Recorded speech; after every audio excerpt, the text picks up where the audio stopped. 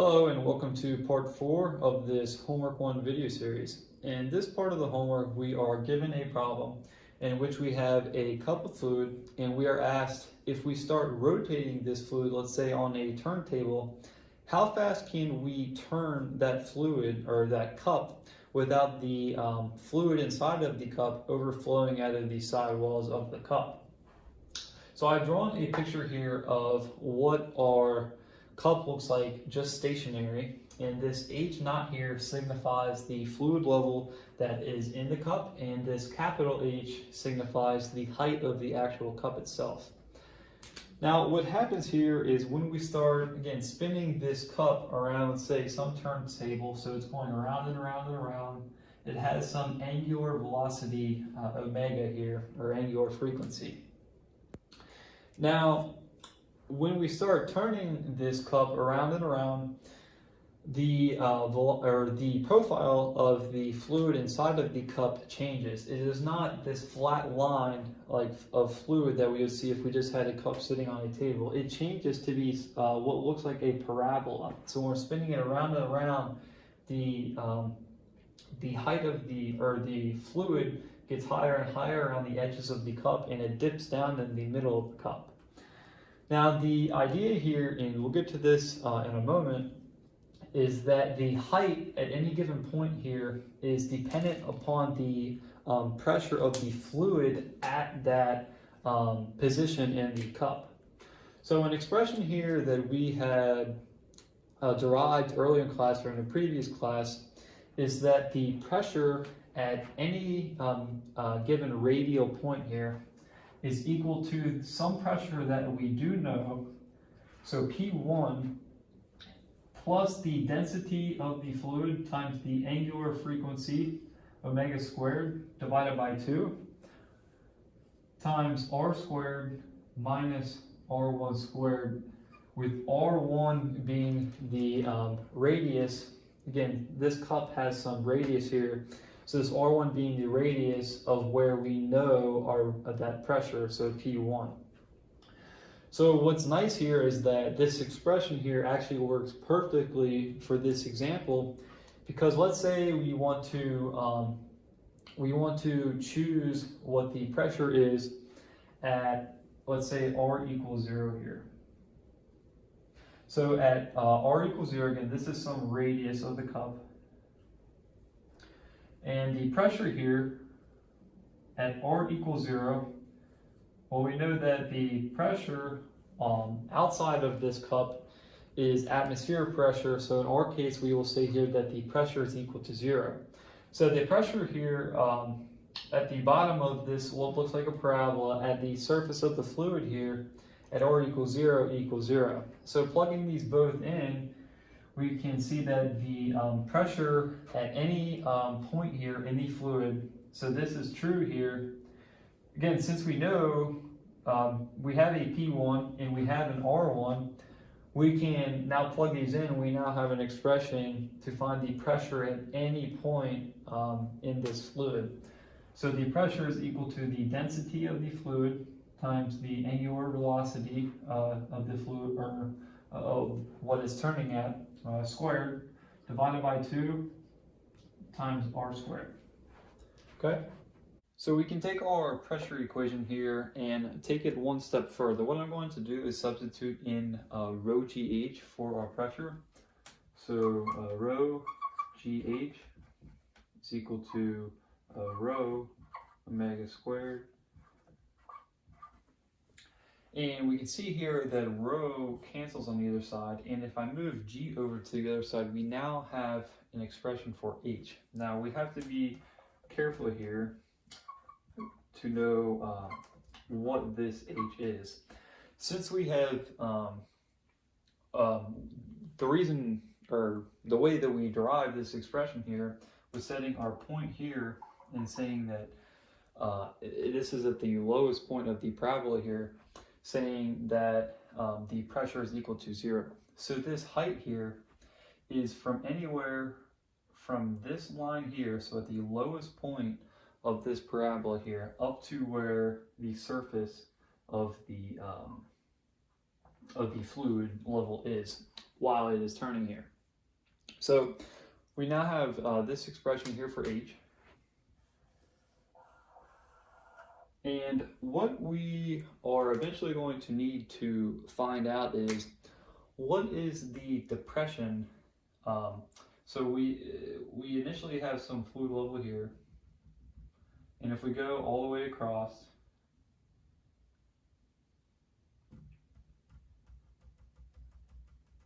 we notice that the fluid level goes down by some amount. Now we want to know what this depression is. So I'm going to call this D here. So D is the taken from the lowest point up to where the initial fluid level is before we started turning this cup. So in order to get at this, one of the first things that we can take a look at here is that if we look at the fluid level here, what we can know here is that these two sides of the parabola, so this side and this side, well, this total volume of liquid between that side and that side must be equal to this area right here inside of the stationary cup here. So we'll go ahead and write this down. We have the same volume on the top. And by top, I mean where I've drawn our dotted lines here. So, or not on the top, but on either side of the parabola.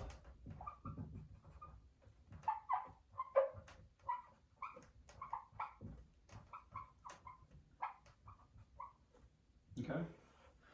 So, if we wanted to find or express, have an expression to set both of these volumes equal, well, we know that the volume here of this little sliver at the top here, again, from the dotted line to here, well, that will be pi r, and if we say that this radius here is big R, and we'll say here that this radius is small r, we have pi r squared times d, d being the depression that we get from our fluid level here to the lowest point here. Now, for the right cylinder, while the cylinder is spinning, what is the volume on either side of this parabola here? Well, if we take a look at it from the top-down view, so looking at the cylinder from above, we will have, it'll look like a circle like this. So what we have here is we have the circumference of this circle. So we will have 2 pi r, and we will also have some height. So again, our h here, we'll have some height of this circle. So we'll multiply that by h. And if we take little slivers of this, okay, we will be, we'll have to multiply by some differential r. So it's going to be changing all the way across. We'll have a different r value. So we have to multiply this by dr. And if we want to add up all of this to get the total volume on either side of the parabola here, we have to integrate. And we will do that by integrating from 0 to r. Okay? So now what we can do is we can go ahead and solve for D here, our depression, again from our initial fluid level to the bottom of where our fluid level is now while we're spinning it. So what we can do here, we'll have pi r squared D is equal to, we'll pull 2 pi out. We will have integral from 0 to r. And this h here, we'll go ahead and substitute in. So we will have omega squared over 2 times omega squared times r squared, and then this is times r dr. Okay, so we can go ahead and cancel some terms here. Pi and pi will cancel on each side. Pulling the 2 out will cancel with 2. So we then get that r squared big R squared. D is equal to the, we can pull, or I forgot the, let me see, I think I forgot a G here. So, yeah, this is G here. I forgot to divide that over. So we have G here, and we'll go ahead and pull omega squared over G out. So G, and we'll still be integrating from 0 to big R, and we will have R cubed dr in here. Okay, so we'll go ahead and move up here, and we can go ahead and evaluate our integral here. So we will now have R squared D is equal to omega squared over G times R to the 4th over 4. And this is evaluated at big R and 0. Okay, so evaluating further, we'll have that R squared D is equal to omega squared over G times R to the 4th over 4, and the next term is just 0. So solving for D here, our depression, we get that the depression of the fluid is equal to omega squared over G, and then dividing over by R squared is R squared divided by 4.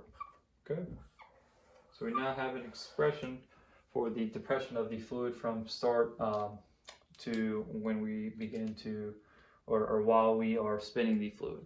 Now that we have found our depression here, D, one thing we can say is that if we take a look at our initial height here and we subtract that depression, so initial height minus our depression, which is omega squared, R squared over 4G, this will put us at exactly the lowest point of this parabola here. So that makes sense. So we have our total height and take that depression, it'll put us exactly at the bottom here.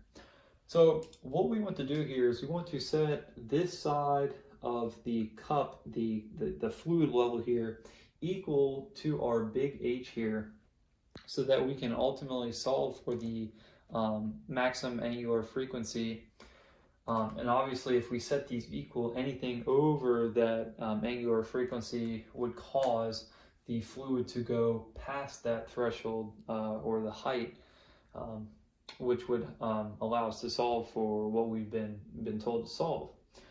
So if we want to have an expression here to basically get at big H on the right side here, that's how we can think about it. Well, if we wanted to get back at big H here on the right side, so the top of the cup, well, we would have the depression, or we would have the initial fluid level minus the depression, so this point here, so omega squared R squared over 4G.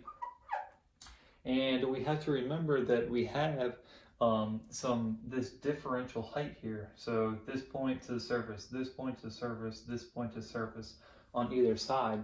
So we will be adding that on to essentially get the big H here on our right side, so we can compare the two. So if we add that on, we will be adding omega squared R squared over 2G.